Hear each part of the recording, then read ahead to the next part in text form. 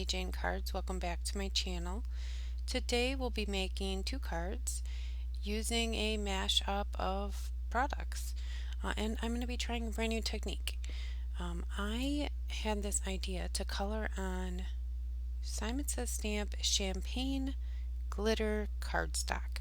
So I had taken that little scrap there and I had tried out a few of my Copic friendly inks and I swatched the Copic colors I wanted to use, but that's as far as I got is in trying this. All of my Copic friendly inks did dry down on the glitter cardstock, so all of them should work to do this. I have Gina K and Ink on 3 and a Simon Says Stamp brand. So I stamped this little elephant out twice. He is from the Inkadoo Welcome Baby stamp set, and I am betting I've had this stamp set for 10 years or better. It's got some really cute critters on it. And I used some W markers, W3, W5, and W1, I believe, to color the elephant on the glitter cardstock. Now Copics, they blend in the fibers of the cardstock, but this cardstock does not work like that. It's kind of like plastic. So I had to kind of think about it like I was coloring vellum. The alcohol ink will kind of dry on the top, and then it would be gummy if I went over it too many times. So I had to be very careful with how I colored these images, but they turned out really cute. This definitely is a technique that I will try again. It was definitely a learning process. The little blue elephant, or elephant with blue patches, was the first one I colored, and he turned out okay, but I think this one with the pink patches turned out a little bit better.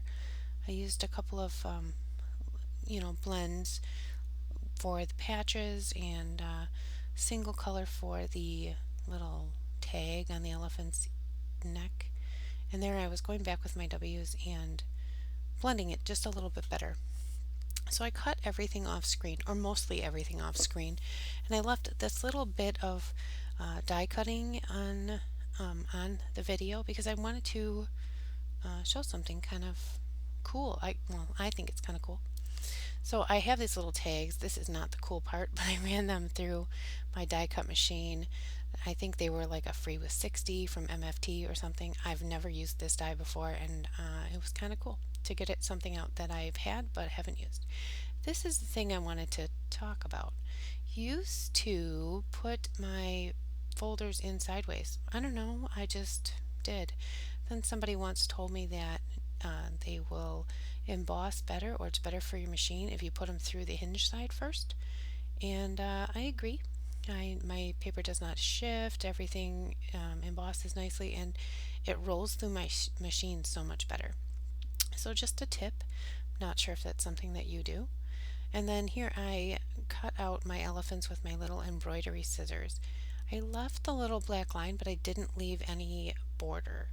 I wanted them to appear really soft because it's baby cards.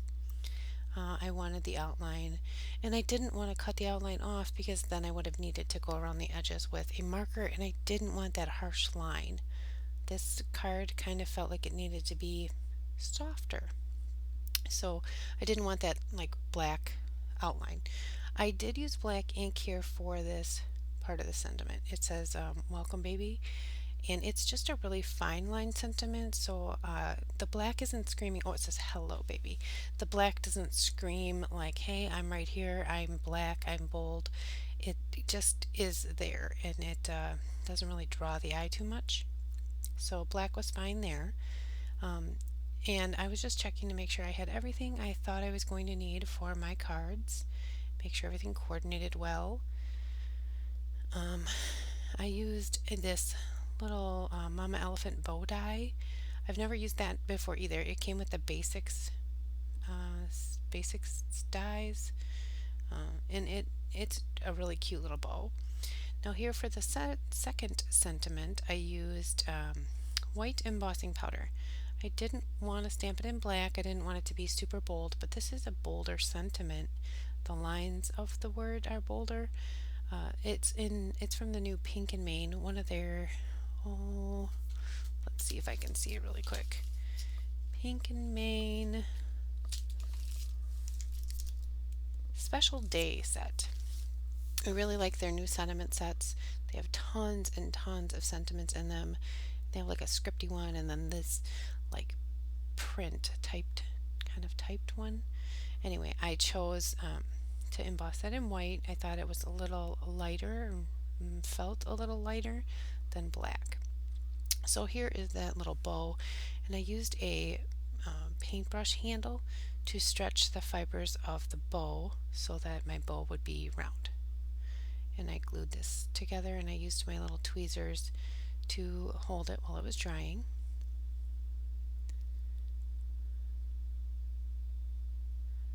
And I kind of wish I would have had two pairs. I think this would have went a little faster, but this glue does dry pretty fast.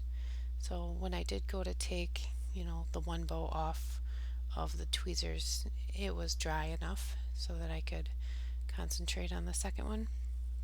And this die has two little ribbon ends or different tail options. I chose the straight option, but there's one where the little bow ends hang down. I just cut a little slanted banner end on the sentiment strip and that other little strip of paper. If you notice that the smaller strip and the bow coordinate from each of the cards. I did have to creatively die cut the yellow strip so that the pattern was straight on it because the pattern's like at an angle. And anyway, you'll see here I struggle with straightness. I used this T ruler, and I apparently am not very good at using a T ruler, and I'm going to say operator error and not T ruler problems, because I end up with a very crooked sentiment that I have to fix. And art glitter glue is not the most forgiving adhesive for something like that, but I did make it work. I didn't realize that it was too crooked until I went to put the elephant down. You'll see here in just a second. And then I peeled it up. One nice thing about a quality cardstock is it is thick enough that you can leave half the cardstock on the paper when you peel your mistake up and no one will know. Well, you all know, but don't tell anybody.